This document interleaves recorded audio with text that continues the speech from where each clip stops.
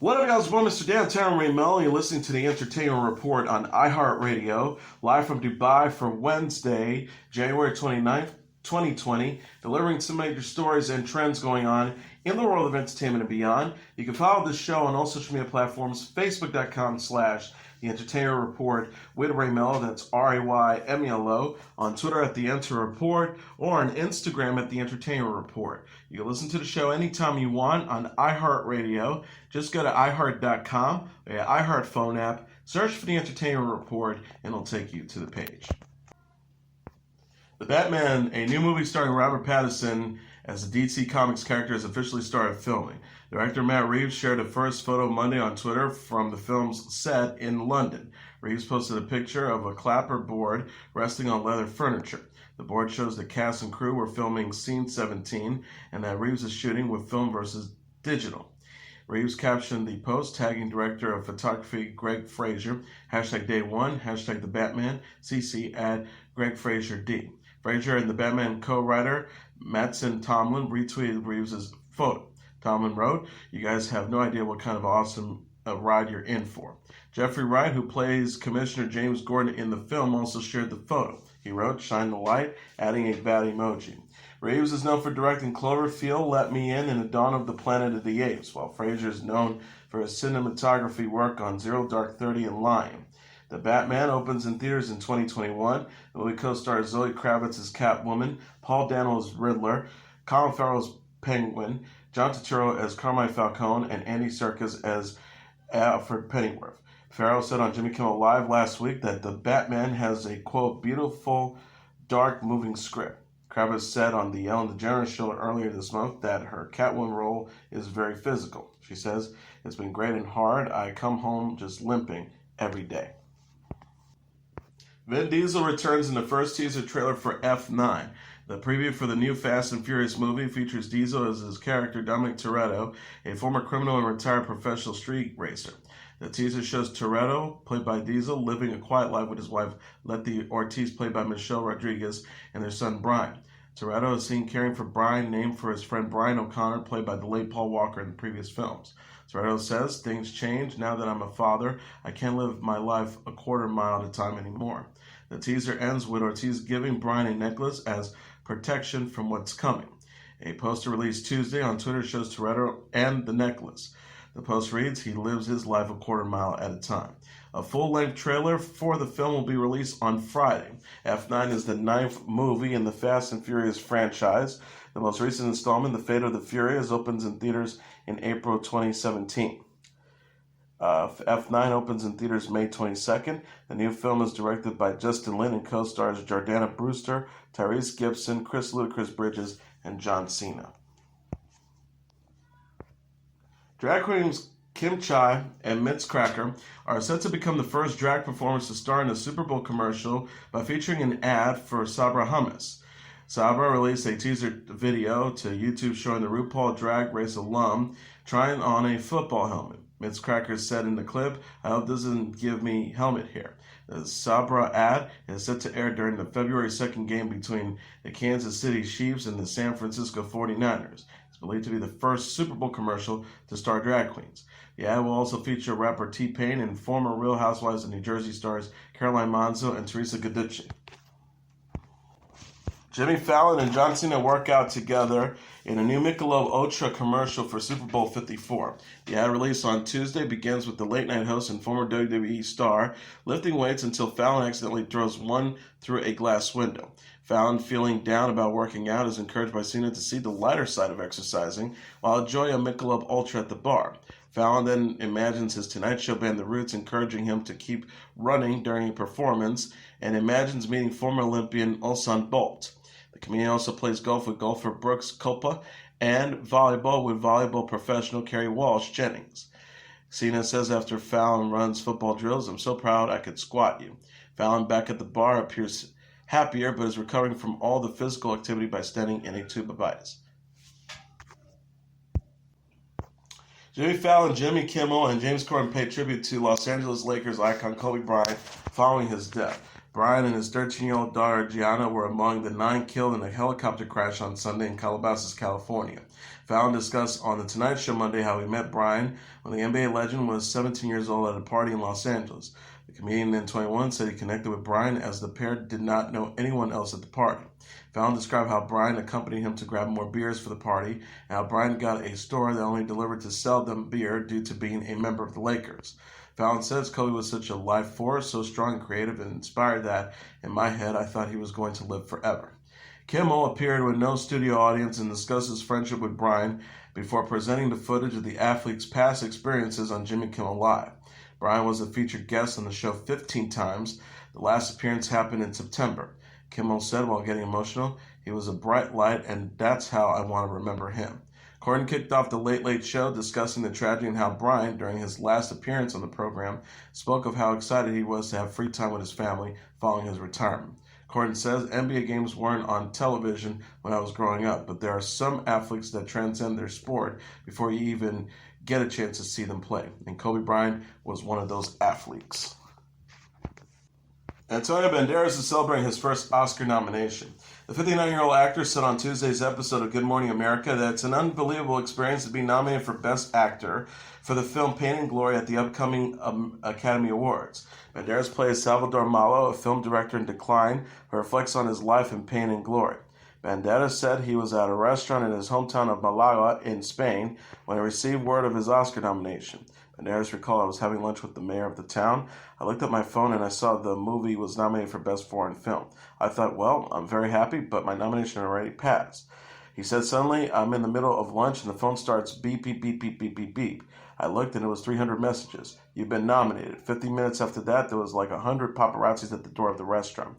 Banderas said Americans may be surprised by how important the Oscars are in countries outside the United States. He says, "You have no idea how important they are around the world. It is very strong." Banderas says it means a lot to be nominated for this particular film. He says, "For someone like me to get a nomination in a little movie, speaking my own language, Spanish, it's a big deal." Pain and Glory is directed by Pedro Almodovar, with whom Banderas has worked on 7 other films. The movie co-stars Penelope Cruz, Raúl Arevalo, Leonardo Sabrilega, and Asio Extendandia. Blake Lively is sharing details about her intense injury on the rhythm section set. The 30-year-old actress recalled on Tuesday's episode of Good Morning America how she shattered her hand while performing her own stunts for the new film. The rhythm section is based on the Mark Bennell novel of the same name. Lively plays Stephanie Patrick, a woman who seeks revenge after her family is killed in a plane crash that was meant for her. The rhythm section is directed by Reed Morano and produced by James Bond producer Barbara Broccoli and Michael G. Wilson. Lively says it's a really special. I mean, we were doing all of our own stunts by and large. It was like one-shot fight sequence, which is how I shattered my hand. We shut down for 6 months. Lively said she injured herself while filming a scene with her co-star Jude Law. She says, "My hand basically turned to feta cheese. I was like lunging towards Jude Law and my fake rubber knife. My hand collided with his elbow and I broke some things and dislocated some things and severe ligament. It was pretty intense." Paramount Pictures confirmed Lively's injury in a statement in December 2017, saying filming has been temporarily suspended on the rhythm section as Blake Lively sustained an injury to her hand while filming an action scene. Lively attended the New York premiere of the rhythm section Monday at the Brooklyn Academy of Music. The actress wore a black gown and gloves to the event, which marked her first public appearance since giving birth to her 3rd daughter with her husband, actor Ryan Reynolds, in the fall. On GMA, Lively said raising 3 kids under the age of 6 has been a challenge. Lively and Reynolds have 5-year-old James, 3-year-old Inez, and their baby girl. She said of welcoming their 3rd, "It's like going from 2 to 3,000. We have so many children, it's pretty crazy. We're outnumbered. It's a lot." The rhythm section opens in theaters on Friday. K-pop superstars BTS has moved out of their familiar realm of stadiums packed with screaming fans into a quieter millennium, the world of contemporary art. The septuplets is collaborating with 22 artists in 5 cities for Connect, BTS, in a series of exhibitions around the globe running from January through March. On Tuesday, the latest chapter of the project premiered at the Dagnemon Design Plaza in downtown Seoul, with immersive installations by Brussels-based artists Anna Veronica Janssen and a video projection work based on BTS choreography by London-based Korean artist Yin Kang. The opening was the fourth in the series, following shows in London, Berlin, and Buenos Aires. The final exhibition is scheduled to premiere in New York on February 5th. The exhibition is tied together by the themes of diversity and acceptance that are prevalent in the band's music, said Daehyung Lee, the art director of Connect BTS and curator of the Seoul exhibition. Lee said at a news conference at the exhibition's official opening, curators and 22 artists from around the world's continents have resonated with BTS's philosophy and values of inclusiveness and came together in a monumental collaborative curatorial practice. Lee told reporters that many of the artists held video chats with the band members to discuss ideas, but there was no guidelines or demands placed on the works produced by the other curators or artists. Lee said it was not hierarchical in any way. It was completely horizontal relationship with BTS as the medium that connects the layers. Lee added that the project's message of inclusiveness spreads to the insular art world, drawing BTS fans to gallery spaces they might not otherwise visit. Lee said, art is not only something the elite should enjoy, now we can involve more people and have a greater diversity of audience members. The Seoul exhibition allows visitors to move through a low visibility, fog-filled installation space illuminated with colored lights in green, yellow, and pink by Anna Veronica Jansen, and also features sketches, videos, and photographs from other cities' exhibitions. Yang Kan's work, Behind the Scenes, uses a projection mapping technique to reimagine the choreography of the boy band while visualizing their remarkable growth from a pop group to global icons.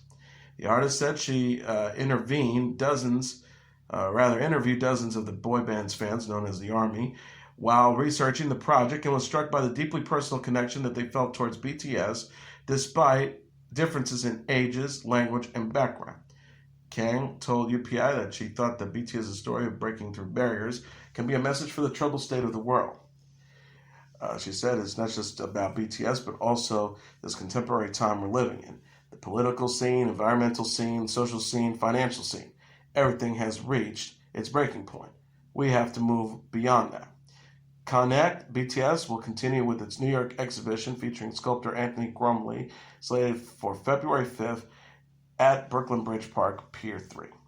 The K-pop group Superstars will be back more familiar ground soon with their upcoming album Map of the Soul 7, slated for release on February 21st. The band's management company, Big Hit Entertainment, announced a world tour last week that will kick off in April and will consist of 37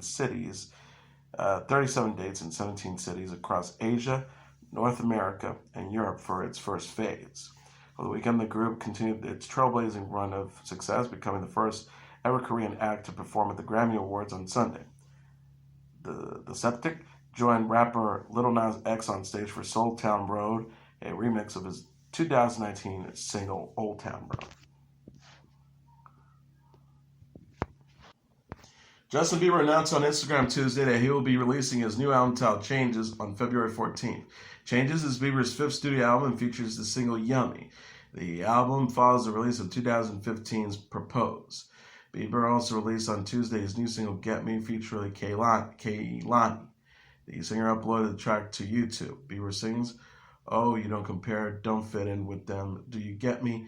Judging by the way you open up, you get me? Or out of this world, hands on baby, now you send me. Looking at the other way, we're blending in, get me." YouTube launched on Monday Justin Bieber Season, a documentary series about the pop star and how he worked on the new album. Bieber will be kicking off a North American tour that will run from May 14th to September 26th. The 2020 Boston Calling Music Festival will feature a headline performance from Rage Against the Machine. Festival organizers announced a full lineup for the annual music festival Tuesday on Twitter. Foo Fighters and the Red Hot Chili Peppers were previously announced as headlining acts. This year's festival is taking place from May 22nd to the 24th at the Harvard Athletic Complex in Boston, Massachusetts. 3-day passes are available now and range from $399.99 to $1,999.99. Foo Fighters will be headlining the May 22nd shows with Jason Isbell and the 400 Units, Brittany Howard, No Name, The Struts, Sharon Van Eaton, Pup, Andrew WK, and other acts to perform. Rage Against the Machine will take stage May 23rd, along with Run the Jewels, Banks, Coffee, Pink Sweats, Dave, Orwell Peck, RJD2, Jay Som, and other acts. Red Hot Chili Peppers will be headlining the May 24th shows with the 1975, Liam Gallagher, Angels and Airwaves LP, Phoebe Bridgers, and other acts to perform. Boston Calling LLC co-founder and CEO Brian Appel previously said, "Boston is such a great city for rock music, and we're really so proud to bring some of the most important rock artists of all time to Boston Calling next Memorial Day weekend." Rage Against the Machine have been inactive for over 8 years when it announced its reunion in a series of shows in November. The band last released the album Renegades in 2000. Rage Against the Machine will also perform at the Firefly Music Festival in Dover, Delaware in June, along with Billie Eilish, Halsey, and Khalid. The 2020 Firefly Music Festival will feature headlining performances from Billie Eilish, Halsey, and Khalid. Music festival organizers announced the lineup for the music festival on Tuesday on Twitter. This year's event runs from June 18th to the 21st and at the Woodlands in Dover, Delaware. Passes go on sale February 3rd at 10 a.m. Eastern Standard Time, with pre-ticket sales available Friday at 10 a.m. The post reads, "Fireflyers, we're going back to the Woodlands. Rage Against the Machine, Blink-182, Maggie Rogers, Cage the Elephant, Elenium, Diplo, Run the Jewels, Shervys, Daily Roth, Rainbow Kitten Surprise, Callie Oix, and other acts will be performing." Ish will released her debut studio album, When We All Fall Asleep, Where Do We Go, in March. She won Big Sunday at the Grammy Awards, taking home Record of the Year, Album of the Year, Best Pop Vocal Album, Song of the Year, and Best New Artist. Ish will perform February 18th at the Brit Awards. She will write and record the theme song for the new James Bond film No Time to Die. Halsey released her third studio album, Manic, this month. She will promote the album with a new North American tour that begins June 2nd in Seattle, Washington. The 2020 iHeartCountry Festival will feature performances from Dierks Bentley and Lady Antebellum. Festival organizers announced a lineup for the Country Music Festival Tuesday on Twitter. The year's event will take place May 2nd at the Frank Irwin Center at the University of Texas in Austin. Tickets go on sale on February 7th at 1 p.m. Eastern Standard Time, with pre-sale tickets available to Capital One car members on February 4th at 11 a.m. The post reads, the 2020 #iHeartCountry Festival lineup is officially here. Sam Hunt, Dustin Lynch, Kelsey Ballerini, Kane Brown, John Party, and Chase Rice will also be performing. Hot Country Nights and Bobby Bones and other stars will appear as special guests. Bentley confirmed the news in a tweet on Tuesday. He wrote, "Austin, looking forward to seeing you at the iHeartCountry Festival on May 2nd. We're going to have a blast. See you all there." Bentley most recently released the album The Mountain in 2018, and Lady Antebellum released its 8th studio album Ocean in November. iHeartCountry Festival is hosted by iHeartRadio. The company said in a press release that it will live stream the festival on livexlive.com, and you can watch it right here, and broadcast it on its country music stations. And that is your entertainment report for Wednesday, January 29th, 2020. I'm your host, Mr. Downtown Ring Melo. I'll be back tomorrow to deliver some major stories and trends going on in the world of entertainment and beyond. You can follow the show on Facebook, Twitter, or Instagram. Facebook.com/The Entertainment Report with Ray Melo. That's RAYMELO. On Twitter at The Enter Report, or on Instagram at The Entertainment Report. You can listen to this episode or any previous episodes of The Entertainment Report anytime you want on iHeartRadio. Just go to iHeart.com or your iHeart phone app, search for The Entertainment Report, and it'll take you to the page. Good night, and God bless you all.